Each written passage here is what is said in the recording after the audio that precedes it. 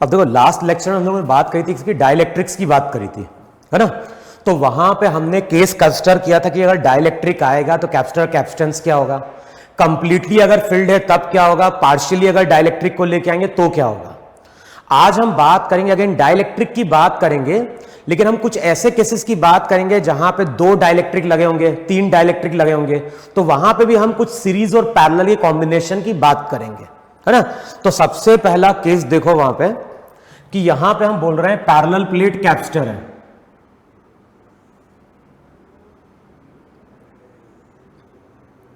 तो ये तुम्हारा यहां पे पैरेलल प्लेट कैपेसिटर है,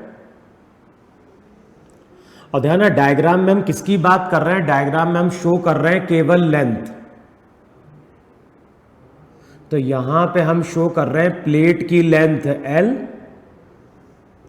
और जो भी B है B रिप्रेजेंट कर रहा है प्लेट की विड्थ, है ना। तो जो भी कैपेसिटर है, कैपेसिटर को हमने इस तरह प्लेस किया है, तो प्लेट की लेंथ L है, विड्थ वहां पे कितनी है, H है। अब इस कैपेसिटर को हमने चार्ज दिया प्लस Q, इसको चार्ज दिया हमने माइनस Q। जो भी कैपेसिटर है इसकी इस प्लेट को हमने चार्ज दे दिया, या तो इसको प्लस Q कर दो, इसको वहां पे क्या कर दो, माइनस Q दे दो। अब ध्यान है क्या चीज हम कांस्टेंट रख रहे हैं, जो भी कैपेसिटर है कैपेसिटर की प्लेट के चार्ज को हमने कांस्टेंट रखा है। अच्छा, अगर अभी मैं पूछूं कि मान लो इन दोनों प्लेट्स के बीच का डिस्टेंस कितना है D, अगर मैं पूछ रहा हूं कि अभी कैपेसिटर कैपेसिटेंस कितना है, तो तुम बोलोगे अभी जो कैपेसिटर कैपेसिटेंस होगा C0 होगा एयर में, और उसकी वैल्यू थी epsilon not A by D। A plate का एरिया है और एरिया को हम लिखेंगे वहां पे लेंथ इंटू ब्रेड्थ। अब हम क्या कर रहे हैं, इन दोनों प्लेट्स के बीच में हम 2 डाइलेक्ट्रिक स्लैब को लेके आ रहे हैं, लेकिन जो भी डाइलेक्ट्रिक स्लैब है उसका एरिया सेम है, उसका एरिया सेम है, लेकिन थिकनेस D/2 है।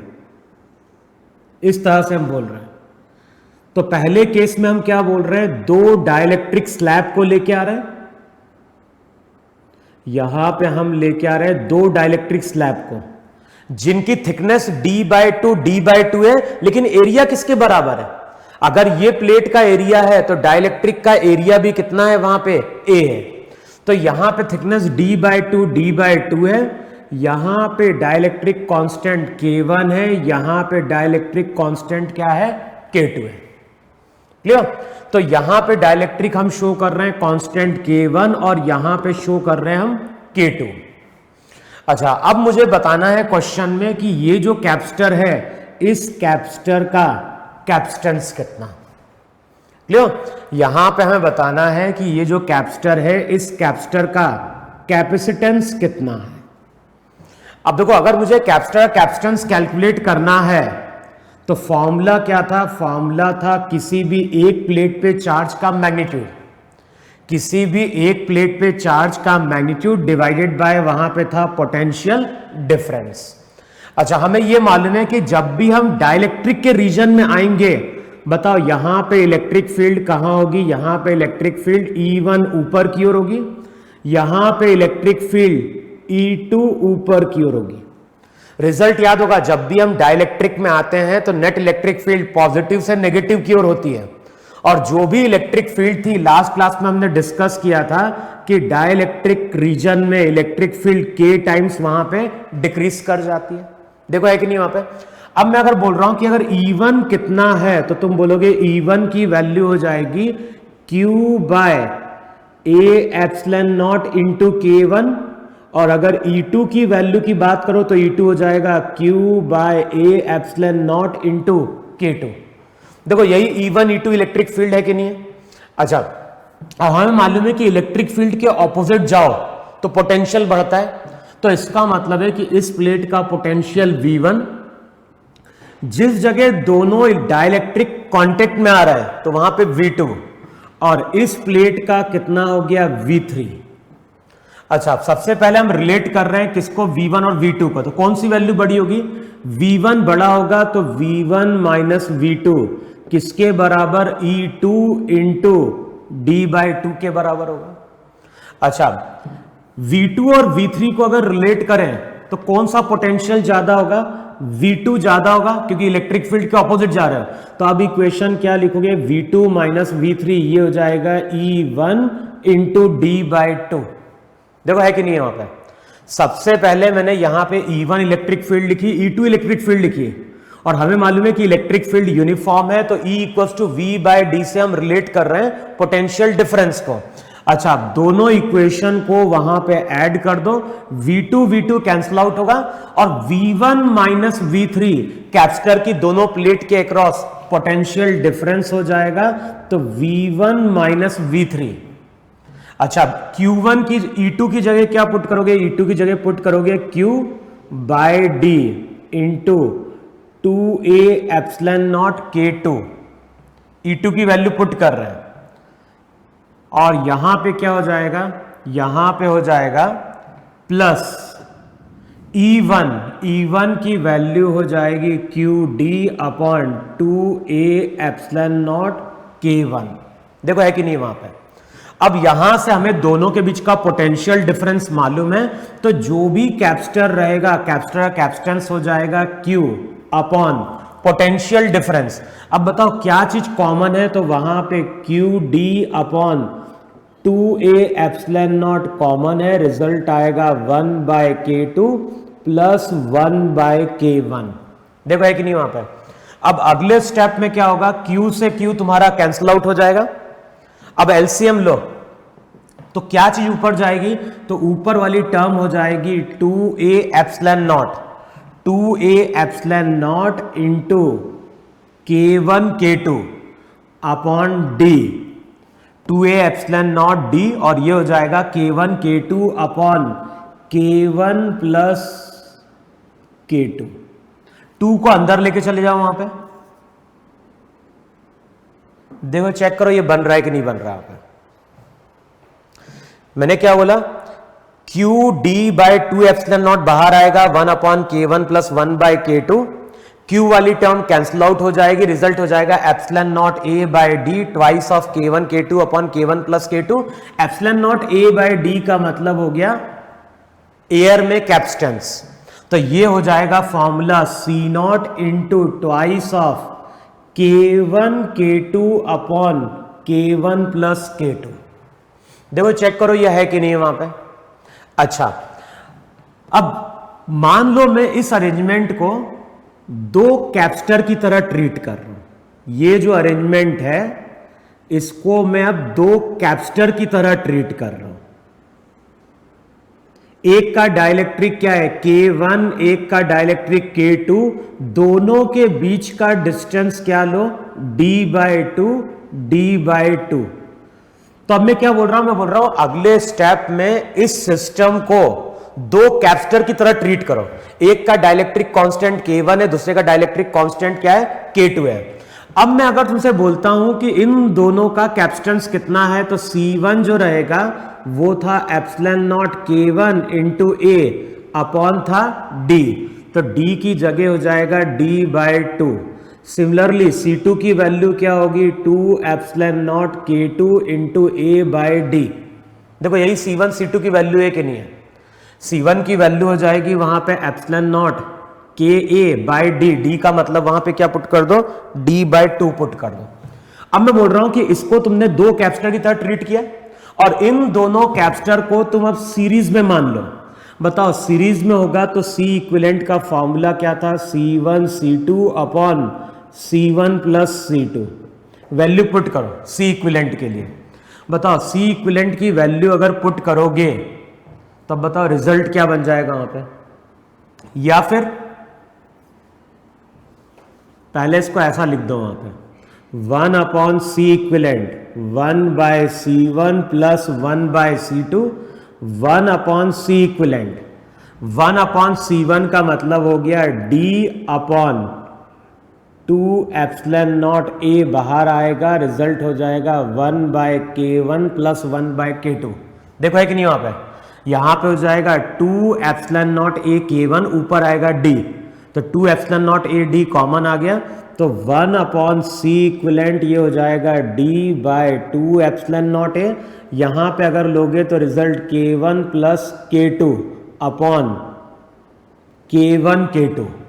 तो बताओ जो भी C इक्विवेलेंट है उसकी वैल्यू क्या निकल के आ गई, epsilon not A by D twice of K1 K2 upon K1 plus K2। समझ में? इसका मतलब है कि जो रिजल्ट हमने यहां पे डिराइव किया था C इक्विवेलेंट का या कैपेसिटेंस का, वो ये रिजल्ट आ रहा है कि नहीं आ रहा है?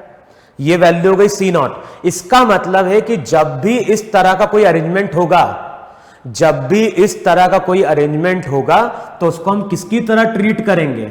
इस तरह का अगर कोई अरेंजमेंट है तो उसको हम दो कैपेसिटर की तरह ट्रीट करेंगे और उन दोनों को हम क्या मानेंगे? सीरीज मानेंगे। ध्यान रखना है सीरीज में है नहीं, ये सीरीज में है नहीं, लेकिन जब हम न्यूमेरिकल सॉल्व करते हैं तो ये रिजल्ट सीरीज से क्या कर जाता है? मैच कर जाता है। तो प्रॉब्लम को सॉल्व करने का केवल ये तरीका है। समझ में क्या बोल रहा हूं? यहां पे दो कैपेसिटर है ही नहीं, कैपेसिटर तो एक है, लेकिन जब हम कैलकुलेशन कर रहे हैं तो ये कैलकुलेशन मेरे इस कैलकुलेशन से मैच कर जाता है। तो हम लोग न्यूमेरिकल सॉल्व करते हुए बोलते हैं कि इसको वहां पे दो कैपेसिटर का अरेंजमेंट मानो और ये कैपेसिटर का अरेंजमेंट किसमें है? सीरीज में। क्लियर बात ना?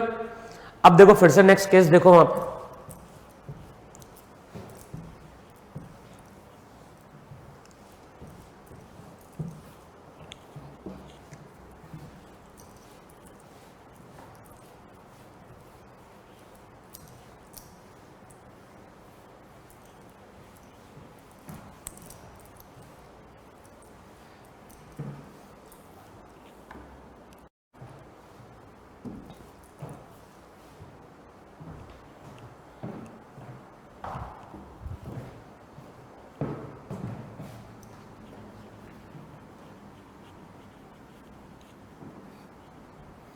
अब देखो जो नेक्स्ट अरेंजमेंट आता है उसमें अगेन हम क्या कर रहे हैं वहां पे?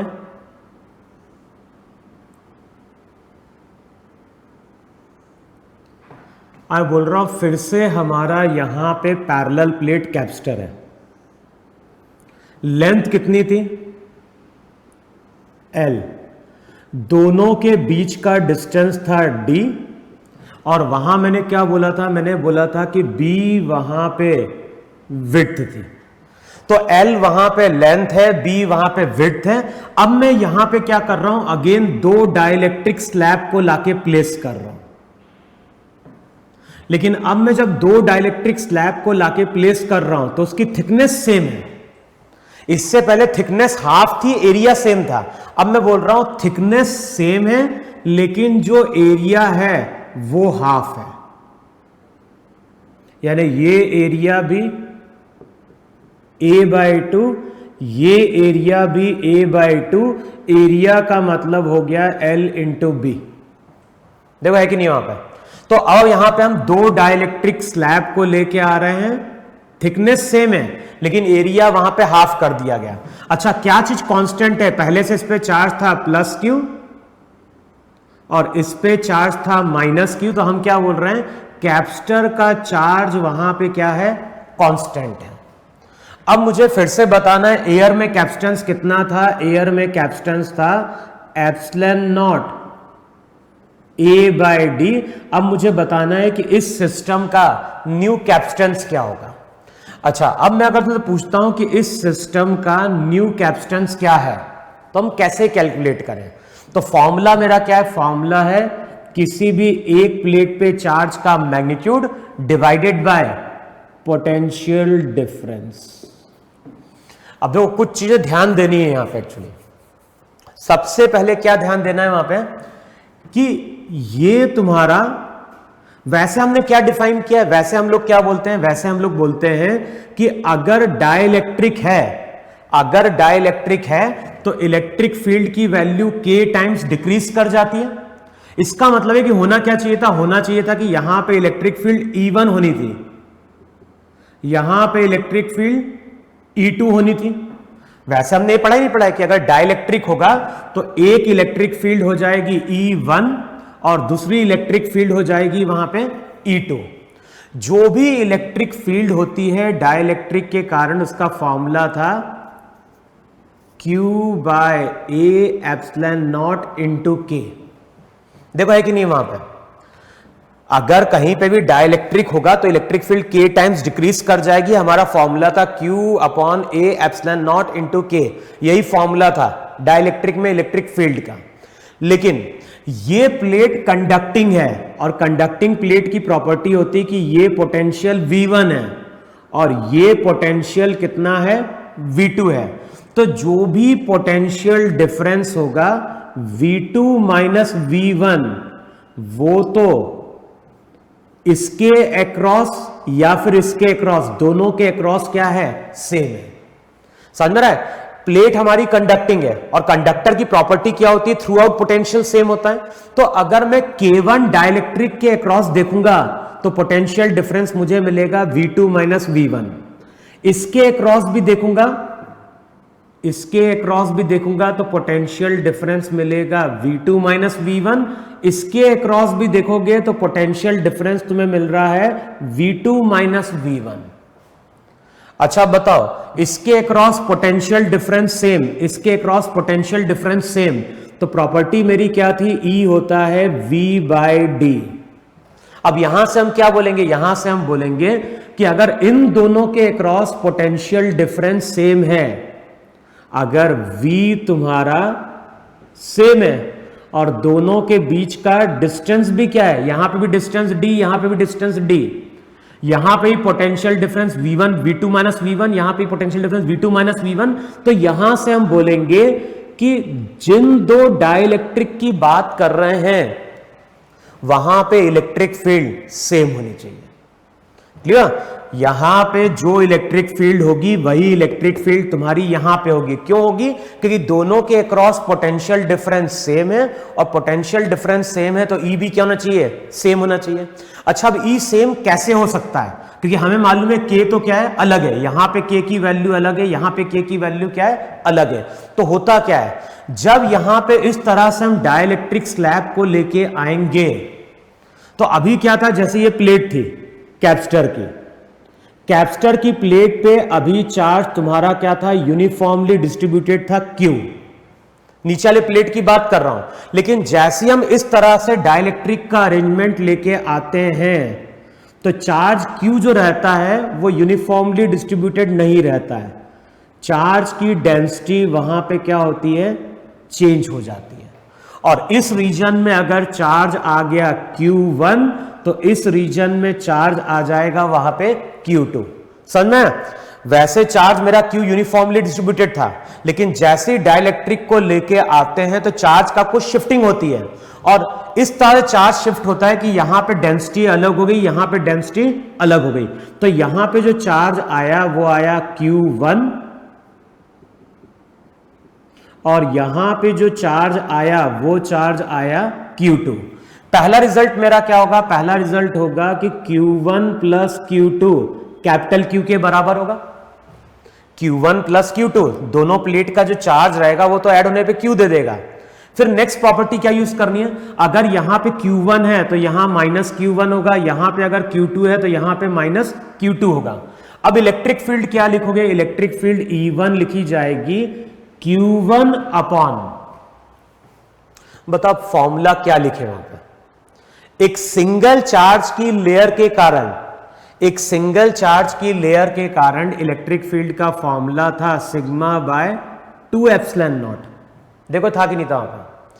अच्छा, सिग्मा की जगह क्या लिखे, सिग्मा की जगह लिखो Q1 कितने एरिया पे, ये है A बाय 2 पे।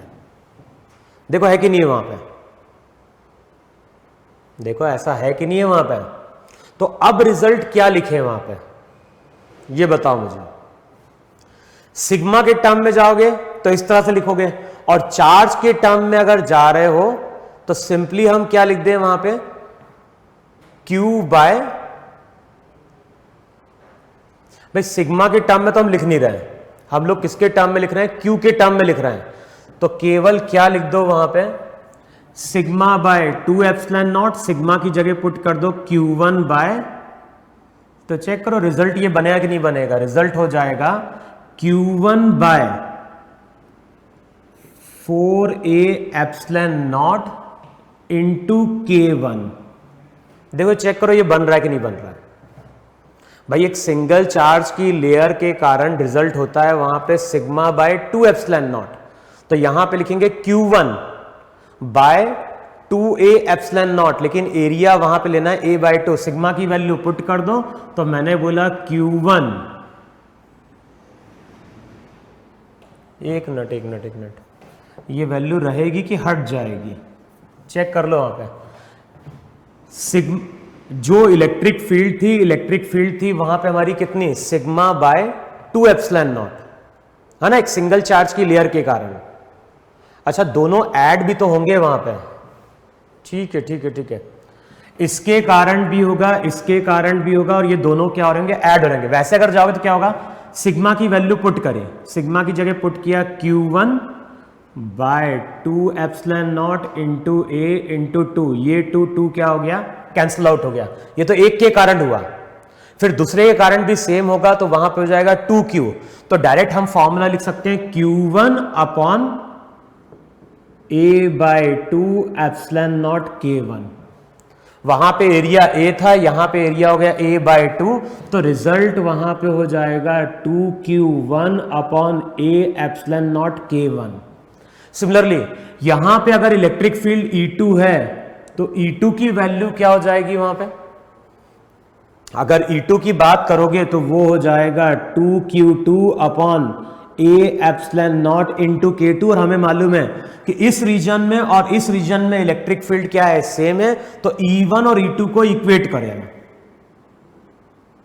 अब बताओ E1 E2 को इक्वेट करोगे तो रिजल्ट क्या हो जाएगा, रिजल्ट हो जाएगा Q1 bye K1 equals to Q2 bye K2। देखो है कि नहीं है वहां पर। तो अगर कोई पूछता है कि चार्ज का रेशियो क्या है, यहां पे क्या है, यहां पे क्या है, तो जो भी चार्ज का रेशियो होगा वो डाइलेक्ट्रिक के प्रोपोर्शन में होगा।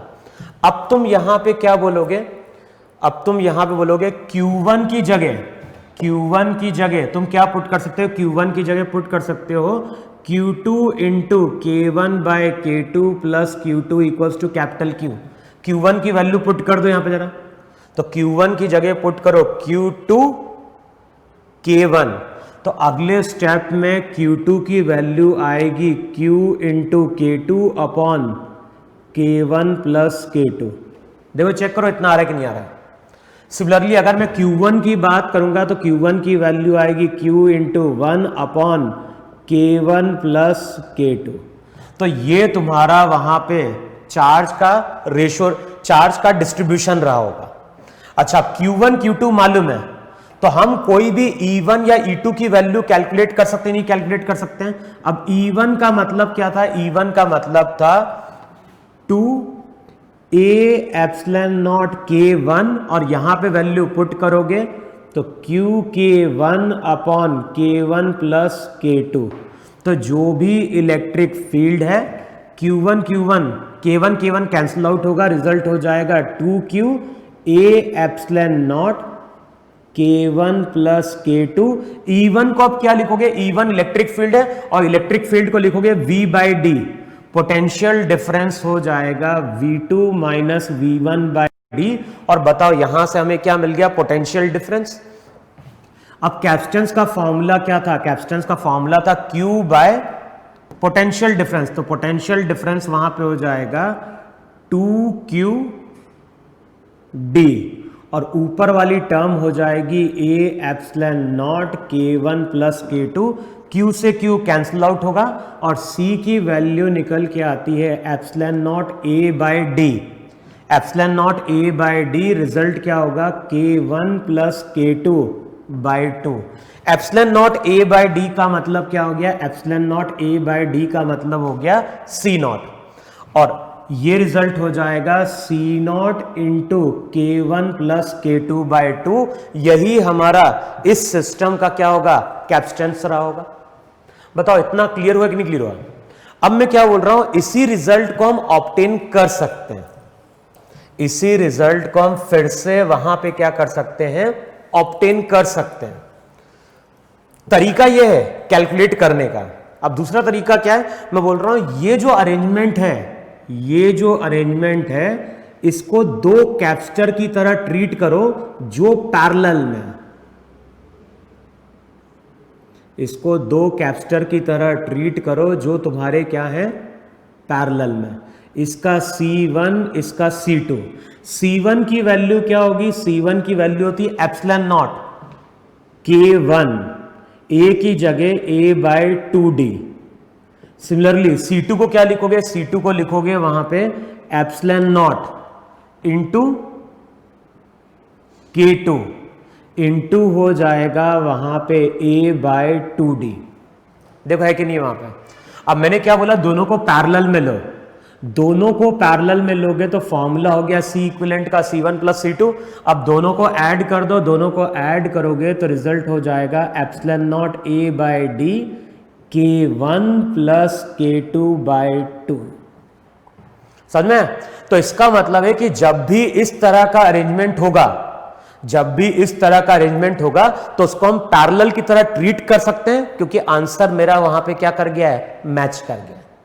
तो उससे पहला वाला जो कॉम्बिनेशन था उसको हमें लेना था सीरीज में, और ये जो कॉम्बिनेशन रहेगा इस कॉम्बिनेशन को हम किस में ट्रीट करेंगे? इसको हम ट्रीट करेंगे पैरेलल में।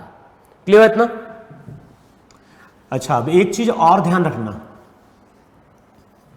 ये क्वेश्चन तो आईआईटी में पूछा भी जा चुका है, 2014 का क्वेश्चन है ना, एडवांस का। एग्जैक्ट तो याद नहीं, लेकिन कॉन्सेप्ट क्या इन्वॉल्व मैं बता रहा हूं। कॉन्सेप्ट क्या था? क्वेश्चन में बोलता है कि यहां पे पैरेलल प्लेट कैपेसिटर है, और जो भी पैरेलल प्लेट कैपेसिटर है उसके हाफ रीजन में डाई इलेक्ट्रिक को लाके फिल किया गया, और ये जो रीजन है ये रीजन तुम्हारा एयर है। क्वेश्चन मल्टीपल चॉइस थी उसमें वहां पे। तो यहां पे बोलता है कि इस रीजन में इलेक्ट्रिक फील्ड E1 है, इस रीजन में इलेक्ट्रिक फील्ड E2 है। फिर वहां पे कुछ पूछता है कि यहां पे जो चार्ज है वो उसका कुछ Q1 बोलता है, यहां पे चार्ज बोलता है Q2, और वहां पे कुछ रेशो कैलकुलेट करना था वहां पे। जैसे इससे पहले हमने डिस्कस किया कि Q1 की वैल्यू क्या थी? K1Q upon K1 plus K2, है ना। और Q2 की वैल्यू क्या थी? Q2 की वैल्यू थी K2Q upon K1 plus K2। Check करो, इससे पहले हमने यही रिजल्ट डिराइव किया है कि नहीं डिराइव किया? K1Q और K1 प्लस K2, यहां पे था Q upon K1 plus K2। तो जो चार ऑप्शन थे उनमें से एक ऑप्शन ये था कि इस रीजन में और इस रीजन में जो इलेक्ट्रिक फील्ड है वो सेम है कि डिफरेंट है। तो एक जो ऑप्शन था वो करेक्ट वो था कि E1 E2 सेम होगा। क्यों सेम होगा? क्योंकि यहां पे पोटेंशियल V1 है, यहां पोटेंशियल V2 है, तो इसके अक्रॉस पोटेंशियल डिफरेंस सेम है, तो EB क्या रहेगा? सेम रहेगा। और वहां पे कुछ K की वैल्यू दी हुई थी, एयर के लिए वैल्यू 1 होती है। दूसरे पार्ट में कुछ रेशो पूछा गया था कि Q1 बाय Q2 का रेशो क्या है, तो वो रेशो तुम यहां से क्या कर लोगे? कैलकुलेट कर लोगे, और वो क्या हो जाएगा? वो हो जाएगा K1 बाय K2। तो चेक करना, 2014 का एडवांस का क्वेश्चन है, तो उसमें चार ऑप्शन थे, और जो चार ऑप्शन थे उसमें से कुछ 2 या 3 ऑप्शन करेक्ट थे वहां पर। लेकिन एक ऑप्शन मुझे मालूम है कि ये था कि इलेक्ट्रिक फील्ड यहां पे इक्वल थी, साथ में वहां पे कुछ चार्ज का रेशो भी क्या करना था? कैलकुलेट करना था। तो मैंने क्या बोला, इस तरह का जो अरेंजमेंट रहेगा उसको हम क्या ट्रीट कर सकते हैं? एयर। अच्छा, शायद उसमें C इक्विवेलेंट भी पूछा था।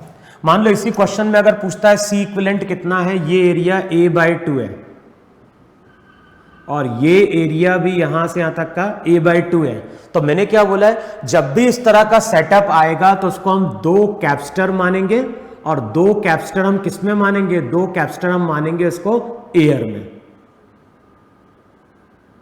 है। अच्छा, अब इसका कैपेसिटेंस क्या होगा? C1 की वैल्यू हो जाएगी एप्सिलॉन नॉट K A/2D, यहां पे C2 की वैल्यू हो जाएगी एप्सिलॉन नॉट A/2D। K की वैल्यू वहां पे क्या हो गई? 1। अब जो C इक्विवेलेंट रहेगा वो हो जाएगा epsilon not A/2D। K1 plus K2 था, तो ये हो जाएगा K प्लस 1। यही तुम्हारा वहां पे क्या हो जाएगा? यही हो जाएगा वहां पे C इक्विवेलेंट की वैल्यू। क्लियर इतना? और इसमें क्वेश्चन लिखो जरा।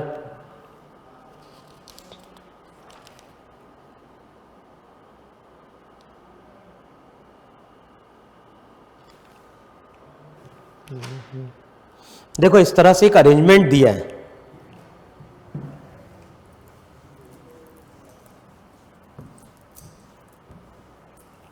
इस तरह से यहां पे अरेंजमेंट दिया है पैरेलल प्लेट कैपेसिटर का।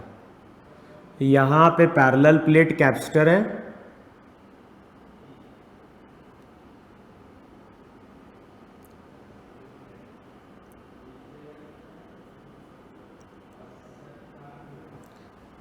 ये प्लेट्स हैं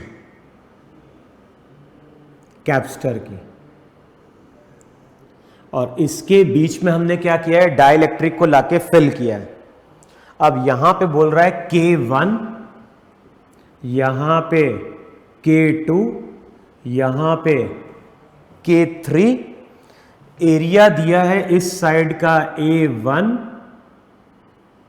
और इस साइड का एरिया दिया है A2। तो एरिया दिया है A1 A2। अच्छा, यहां पे दिया है डिस्टेंस, यहां से लेके यहां तक का जो डिस्टेंस दे रहा है वो दे रहा है D1 और D2। यहां पे डिस्टेंस D1 और यहां पे डिस्टेंस कितना हो गया, D2। देखो है कि नहीं वहां पे। अब मुझे कैलकुलेट क्या करना है, मुझे कैलकुलेट करना है कि इस सिस्टम का इक्विवेलेंट कैपेसिटेंस कितना है। तो अगर मुझे इस सिस्टम का इक्विवेलेंट कैपेसिटेंस फाइंड आउट करना है तो देखो कैसे फाइंड आउट करोगे। यहां पे 3 कैपेसिटर बनाओ, पहले ये कैपेसिटर बनाओ, इसका C1, फिर यहां पे 2 कैपेसिटर बनाओ, C2 C3। और देखो सेटअप ऐसा बन गया कि नहीं बन गया। इन दोनों को सीरीज में मानो और इसका कॉम्बिनेशन K1 वाले के साथ क्या हो गया, पैरेलल में आ गया वहां पे। अब सबसे पहले C1 की वैल्यू चेक करो। C1 को क्या लिखोगे, एप्सिलॉन नॉट K इंटू क्या हो जाएगा, एप्सिलॉन नॉट, फॉर्मूला क्या था, epsilon not A by D, तो epsilon naught K A by D1 plus D2। Similarly अगर मैं बात कर रहा हूं C2 की, तो बताओ C2 को क्या लिखोगे, C2 को लिखोगे वहां पे epsilon naught K2 A2 by D। Similarly C3 को क्या लिखोगे, C3 को लिखोगे epsilon not K3 A2 bye D2। देखो चेक करो, ये C1 C2 C3 की वैल्यू होगी नहीं होगी। अब कैलकुलेट क्या करना है, कैलकुलेट करना है C equivalent. C2 C3 series में, तो सीरीज में फॉर्मूला था C2 C3 upon C2 plus C3। ये दोनों पैरेलल में, तो पैरेलल में था C2 C3 upon C2 plus C3। इसका कॉम्बिनेशन C1 के साथ पैरेलल में। अब इसको सॉल्व कर दो तो यहां से मुझे मिल जाएगा C इक्विवेलेंट। अब कैलकुलेशन तुम्हें करना है ना, A1 K1। अब तुम लोग सॉल्व करके देखना है। एक्सप्रेशन तो बहुत बड़ा सा आ रहा है, मैं लिख रहा हूं एक्सप्रेशन बोलता है A1 K1 epsilon not, A1 K1 epsilon not upon D1 plus D2 plus A2 K2 K3 epsilon not, A2 K3 epsilon not upon K2 D2 plus K3 D1। तो ये तुम्हारा इस सिस्टम का क्या रहा होगा, इक्विवेलेंट कैपेसिटेंस रहा होगा। अब तुम्हें ये चीज वहां पे क्या करनी है, चेक करनी है कि आंसर आ रहा है या नहीं आ रहा है। क्लियर ना। फिर देखो नेक्स्ट क्वेश्चन लिखो, और ये क्वेश्चन तो इनफैक्ट आईआईटी का क्वेश्चन है। और देखो ये क्वेश्चन है किसका, 1996 का है क्वेश्चन।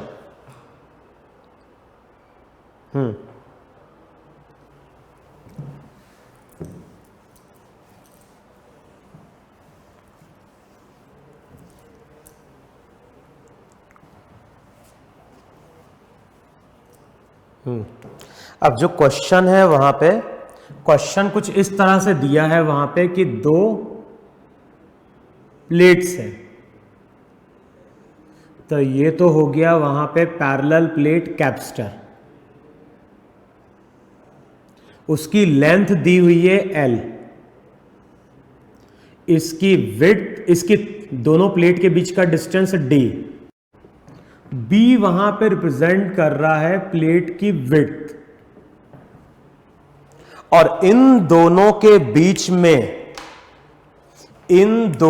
बीच में वहां पे एक दो डाइलेक्ट्रिक स्लैब को लाके फिल किया गया है इनके बीच में, लेकिन जो दोनों डाइलेक्ट्रिक स्लैब हैं वो ट्रायंगुलर वेज के फॉर्म में, तो इनके बीच में हम दो डाइलेक्ट्रिक स्लैब को लाके फिल कर रहे हैं जो ट्रायंगुलर वेज के फॉर्म में है। अच्छा, नीचे का एरिया क्या होगा? नीचे का एरिया A होगा, और A की वैल्यू कितनी होगी? A की वैल्यू होगी L इंटू B। अच्छा, ये एंगल दिया है थीटा। अब मुझे बताना है कि इस सिस्टम का कैपेसिटेंस क्या है। अब याद करो जरा, अगर मैं यहां पे इस तरह से एक एलिमेंट लेता हूं, देखो हो क्या रहा है, इससे पहले हमने केस डिस्कस किया था कि ये दो प्लेट्स है, इनके बीच में डाइलेक्ट्रिक है इस तरह से, तो इस अरेंजमेंट को हम सीरीज की तरह ट्रीट करते थे वहां पे, लेकिन यहां पे क्या था, यहां पे थिकनेस कांस्टेंट थी, लेकिन यहां पे क्या होगा, यहां पे अगर मैं इस तरह से एक एलिमेंट ले रहा हूं तो बताओ, इसको बोल दो K1, इसको बोल दो K2, तो यहां पे एक कैपेसिटर बनेगा, यहां पे एक कैपेसिटर बनेगा, और दोनों को हम सीरीज में क्या कर लें, ट्रीट कर लें। लेकिन होगा क्या, जैसे हम एलिमेंट यहां पे जाएंगे तो क्या होगा, एलिमेंट अगर यहां पे लोगे तो ये जो डिस्टेंस रहेगा, डिस्टेंस वहां पे क्या कर रहा होगा, वेरी कर रहा होगा। अब देखो सॉल्व करने का तरीका क्या है, तो यहां पे हम बोलेंगे कि ये जो स्ट्रिप है इसके नीचे वाले का कैपेसिटेंस मान लो DC1 है, और ऊपर वाले का कैपेसिटेंस कितना है, DC2 है। अच्छा, DC1 का फॉर्मूला क्या होगा, DC1 का फॉर्मूला था एप्सिलॉन नॉट K1। अब बताओ एरिया क्या होगा, तो प्लेट का अगर एरिया देखोगे तो डायग्राम जरा इमेजिन करो जरा, इस तरह से है, एलिमेंट हमने ऐसा कंसिडर किया, कितनी थिकनेस का, इसको यहां से भी चेक करो जरा, ऐसा x डिस्टेंस पे dx थिकनेस का हमने एलिमेंट लिया, तो x डिस्टेंस पे अगर dx थिकनेस का एलिमेंट लोगे तो यही थिकनेस dx है कि नहीं है। अब बताओ, थिकनेस अगर dx है तो ये एरिया होगा, तो एरिया हो जाएगा वहां पे BDX। तो फॉर्मूला क्या था, epsilon naught K into A by D। अब D यहां पे डिस्टेंस होता है, और चेक करो ये जो डिस्टेंस है, ये डिस्टेंस अगर y है तो tan theta y by x, तो y का मतलब हो गया x tan थीटा। अब सिमिलरली अगर मैं बात करूं ऊपर वाले कैपेसिटेंस की, तो DC2 हो जाएगा epsilon naught K2 BDX upon, ये डिस्टेंस अगर x tan थीटा है तो ऊपर वाला डिस्टेंस हो जाएगा D minus x tan theta. अब ध्यान रखना है तुम्हें, क्या ध्यान रखना है, ये दोनों सीरीज में, ये दोनों अगर सीरीज में है तो वहां पे हम बात करेंगे 1/DC की। यहां पे हम कैलकुलेट कर रहे हैं इक्विवेलेंट, तो इक्विवेलेंट का फॉर्मूला क्या होगा, 1/DC हो जाएगा 1/DC1 प्लस 1/DC2। देखो है कि नहीं वहां पे, ये तो हो गया 1/DC की वैल्यू, तो 1/DC हो जाएगा 1/DC1। अब वैल्यू तुम्हें पुट करके देखना है, मैंने क्या बोला, ये दोनों सीरीज में है, तो लिखो 1/C1 प्लस 1/C2 1/C, तो ये DC तो एक का है। अब ऐसे बताओ यहां पे नंबर ऑफ एलिमेंट्स है कि नहीं है, देखो है कि नहीं है वहां पे,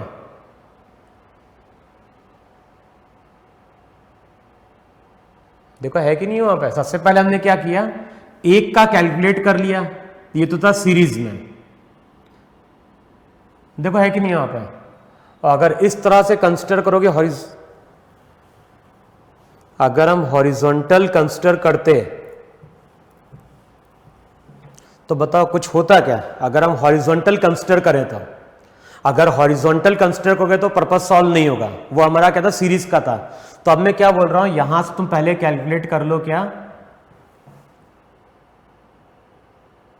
देखो 1/DC कैलकुलेट करें, नहीं कैलकुलेट करेंगे वहां पे, तो 1/DC का मतलब तो हो गया 1 का, और टोटल के लिए इसको हम क्या कर दें, इंटीग्रेट कर दें। और कहां से कहां इंटीग्रेट करें, इसको हम इंटीग्रेट करें x की वैल्यू 0 से लेके x की वैल्यू L तक।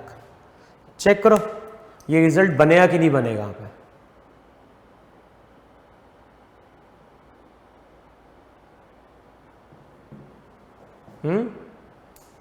देखो एक बार देखो, इंटीग्रेट किसको करें, DC को इंटीग्रेट करें या 1/DC1 और 1/DC2 को इंटीग्रेट करेगा।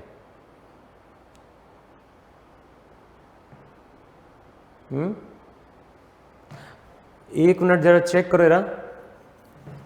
पहले हम क्या करें वहां पे, पहले तो हम निकाल ले पहले वहां पे सीरीज में, तो पहले तो हमने फॉर्मूला लिखा 1/DC किसके बराबर हो गया, 1/DC1 प्लस हो गया 1/DC2। तो 1/DC तो इसका आ गया वहां पे, देखो चेक करो 1/DC इसका आएगा कि नहीं आएगा। और जब DC1 की वैल्यू पुट करोगे तो नीचे dx हो जाएगा, ठीक है। वहां पे यहां से मिल गया 1/DC और यहां से हमने कैलकुलेट कर ली DC की वैल्यू, देखो है कि नहीं वहां पे। अब DC जो रहेगा, DC तो यहां पे एक स्ट्रिप का कैपेसिटेंस है, समझे समझ में। पहले हम कैलकुलेट करेंगे वहां पे 1/DC, ध्यान ना DC1 प्लस DC2 नहीं करेंगे, हम 1/DC के लिए करेंगे 1/DC1 प्लस 1/DC2। तो यहां पे एक स्ट्रिप का हमें क्या मिल गया, कैपेसिटेंस मिल गया। अब ऐसी तो यहां पे नंबर ऑफ स्ट्रिप्स हैं, तो सबके लिए वहां पे हम क्या करेंगे, इंटीग्रेट करेंगे। अब सबको इंटीग्रेट करोगे तो वहां पे हमें क्या मिलेगा, इस सिस्टम का कैपेसिटेंस मिल जाएगा, देखो है कि नहीं वहां पे। तो क्वेश्चन में करना क्या है, पहले इन दोनों को सीरीज में मान लिया, एक का निकाल लिया, और टोटल के लिए हम क्या करेंगे, सबको ऐड कर देंगे, तो उसको वहां पे क्या कर दो, इंटीग्रेट कर दो। देखो आया कि नहीं समझ में वहां पे। और चेक करना 1996 का क्वेश्चन है, और ऐसा ही क्वेश्चन एक बार 2001 में भी आया है, 2000 या 2001 में, है ना। मेरे पास है नहीं मॉड्यूल में, और मेरे पास है नहीं क्वेश्चन एक्चुअली, लेकिन तुम लोग मॉड्यूल या बुक में चेक करना, इसी तरह का क्वेश्चन सीरीज और पैरेलल का, वहां पे नंबर ऑफ डाइलेक्ट्रिक स्लैब है और वहां पे पूछता है कि सी इक्विवेलेंट कितना है, क्लियर। तो इस तरह का एक क्वेश्चन और है जो कि 2000 में आ चुका है IIT में, तो वो क्वेश्चन तुम लोग वहां पे सॉल्व करके देखना वहां पे, क्लियर इतना। तो जब भी सीरीज पैरेलल का होगा अरेंजमेंट, तो हम इसी तरह से वहां पे क्या करेंगे, सॉल्व करेंगे।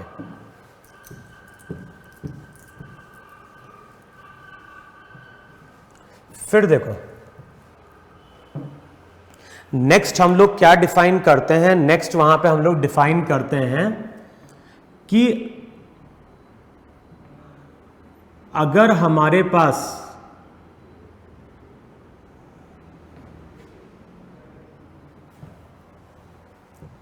देखो यार,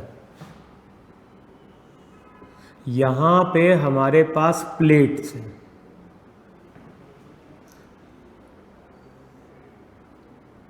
ये हमारे पास एक कैपेसिटर है, प्लेट की लेंथ वहां पे क्या दी हुई है, L, विड्थ वहां पे B। अब मैं क्या बोल रहा हूं कि ये जो पैरेलल प्लेट कैपेसिटर है, इसको हमने हॉरिजॉन्टल प्लेन में लाके प्लेस कर दिया, और इसके अब जो दो प्लेट्स हैं उनको हम कनेक्ट कर रहे हैं विथ अ बैटरी, और बैटरी का EMF वहां पे क्या दिया हुआ है, बैटरी का EMF दिया हुआ है वहां पे E। तो हमारे पास वहां पे क्या है, हमारे पास दो प्लेट्स हैं, और दोनों प्लेट्स को हमने कनेक्ट कर दिया है विथ अ बैटरी, और बैटरी का EMF वहां पे क्या है, E है। अच्छा, अगर मैं बात करूं कैपेसिटेंस कितना है, तो अभी इसका कैपेसिटेंस एयर में वो हो जाएगा epsilon not a by D. देखो है कि नहीं यहाँ पे, अभी जो भी कैपेसिटेंस आएगा वो आएगा epsilon not a by D. अब हम क्या कर रहे हैं, इस पे चार्ज पॉजिटिव है, इस पे चार्ज नेगेटिव है। अब इसके बाद हमने क्या किया, यहां पे डाइलेक्ट्रिक स्लैब को लाना स्टार्ट किया।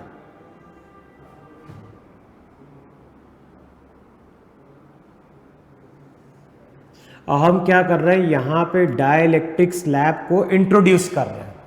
अच्छा, अब जैसे हम डाइलेक्ट्रिक स्लैब को इंट्रोड्यूस करेंगे तो इतना रीजन इलेक्ट्रिक फील्ड में आ गया कि नहीं आ गया, यहां पे कोई इलेक्ट्रिक फील्ड नहीं है, और इतने रीजन में अगर इलेक्ट्रिक फील्ड है तो वहां मैंने क्या लिखवाया था, वहां पे पोलर मॉलिक्यूल का अलाइनमेंट होगा। और जब पोलर मॉलिक्यूल इस तरह से वहां पे अलाइन करते हैं तो बताओ इस एंड पे चार्ज,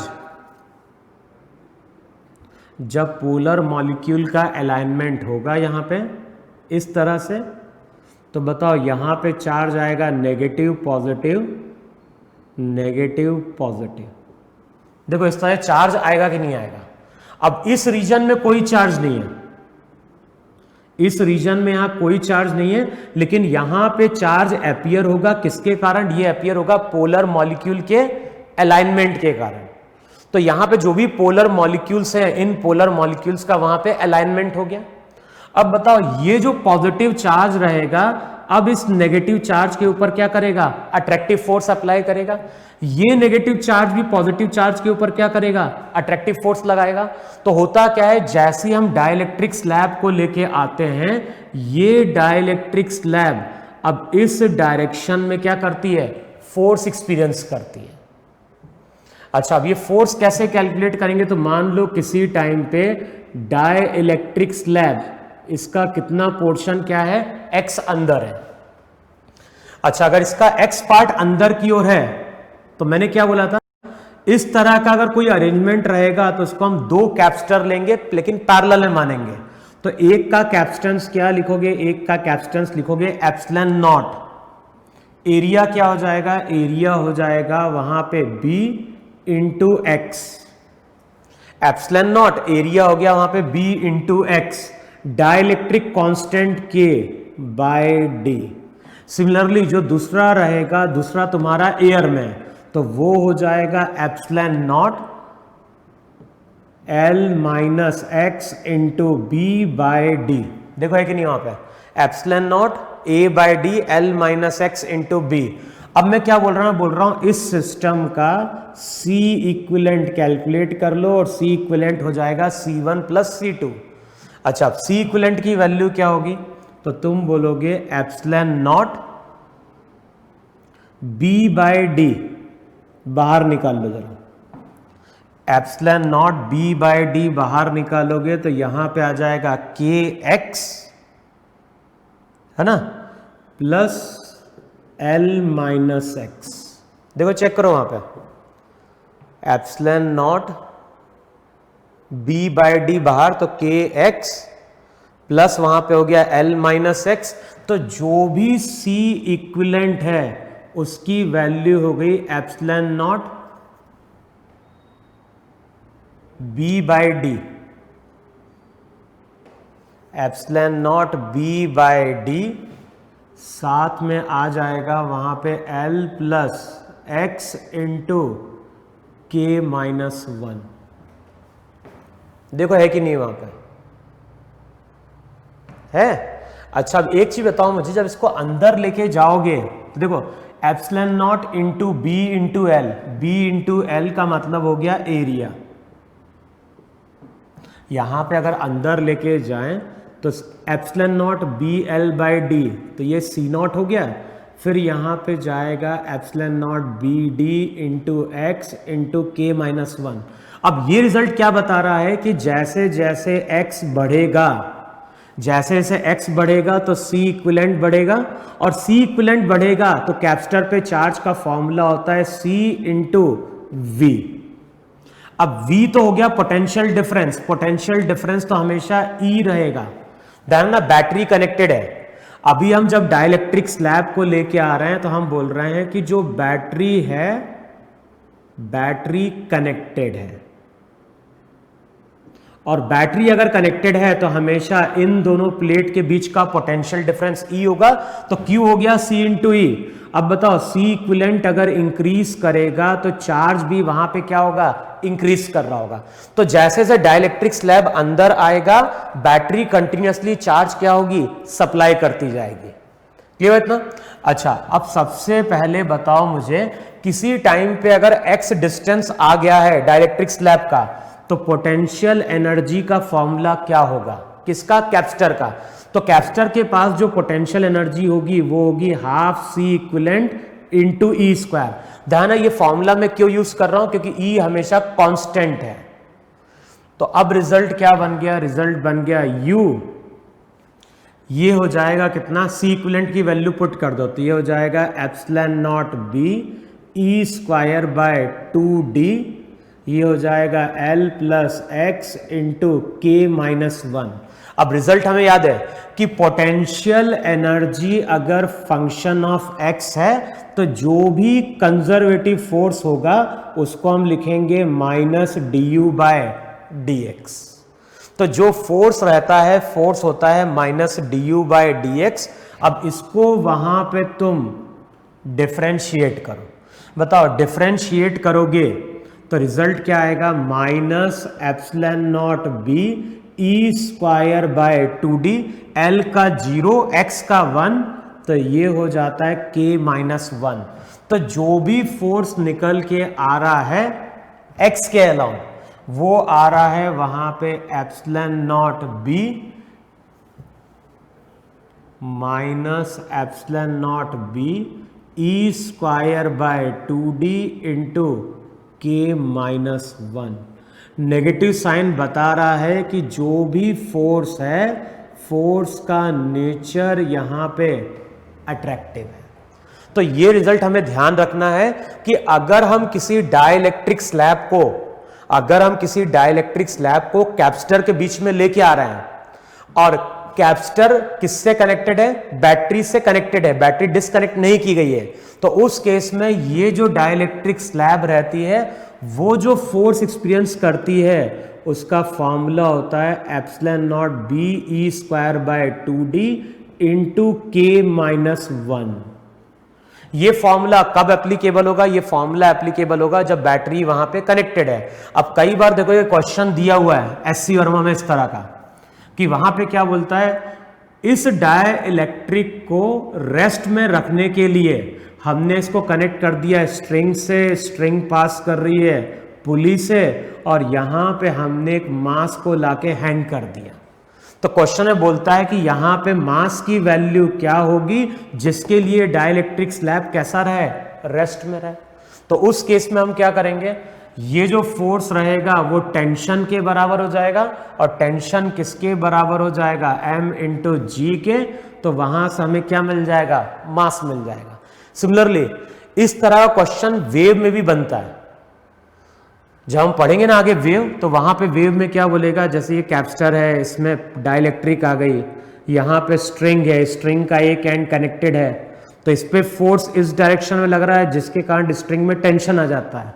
फिर इस स्ट्रिंग को हम वाइब्रेट कराते हैं, तो कई बार बोलती है कि स्ट्रिंग एक लूप में वाइब्रेट कर रहा है, कई बार क्वेश्चन बोलता है कि स्ट्रिंग क्या कर रहा है, एक दो लूप में क्या कर रहा है, वाइब्रेट कर रहा है।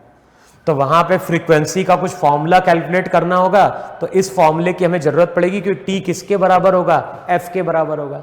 कई बार देखोगे स्ट्रिंग की जगह वहां पे क्या लगा देता है, स्प्रिंग लगा देता है। तो ऐसे बहुत सारे केसेस बनते हैं वहां पे। अच्छा, दूसरा केस क्या होता है, दूसरा केस होता है बैटरी डिसकनेक्टेड है।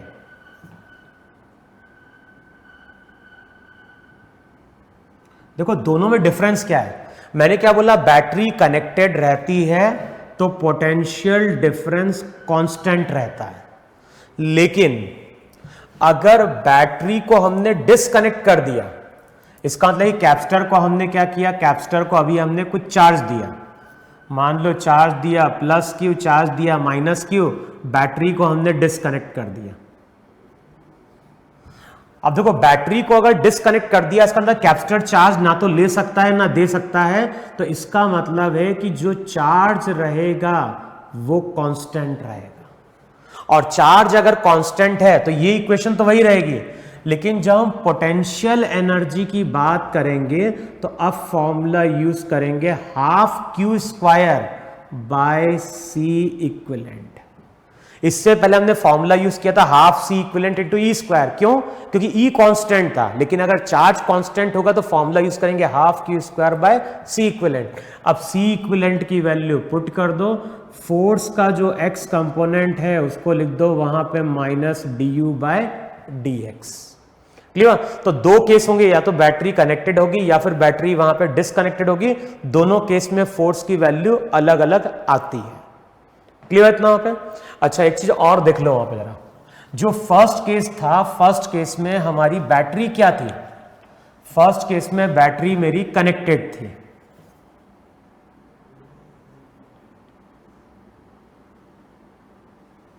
अब देखो ध्यान रखना है, जैसे हम कैपेसिटर को लेके आएंगे, जैसे मान लो हम यहां पे कैपेसिटर को लेके आएंगे तो हमें कोई फोर्स अप्लाई नहीं करना है, जैसे ही हम छोड़ेंगे वैसे ही डाइलेक्ट्रिक स्लैब मूव कर जाएगी।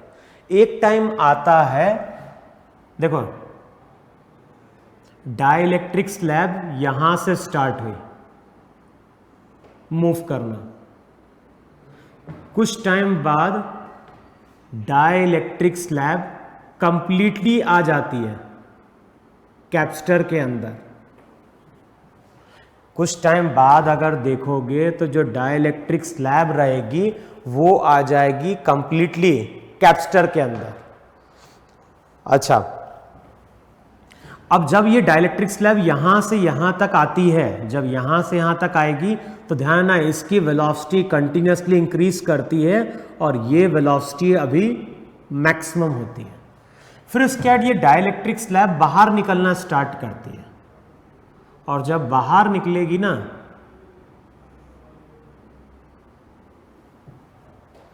अच्छा चीज और देखो, यहां पे चार्ज पॉजिटिव है नेगेटिव है, तो फोर्स कुछ ऐसा बनता है, उसका y कंपोनेंट कैंसिल आउट हो जाता है, केवल x कंपोनेंट बनता है। तो सेम चीज यहां पे जब बाहर निकलेगा ना, तो यहां पे प्लस यहां पे माइनस, तो इंडक्शन ये पोलराइजेशन के कारण यहां पे नेगेटिव चार्ज यहां पॉजिटिव चार्ज।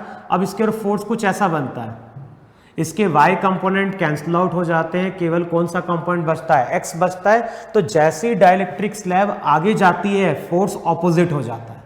फोर्स ऑपोजिट होगा तो ये इसकी वेलोसिटी को डिक्रीज कराएगा, एक टाइम आएगी वेलोसिटी जीरो, यहां पे भी वेलोसिटी जीरो।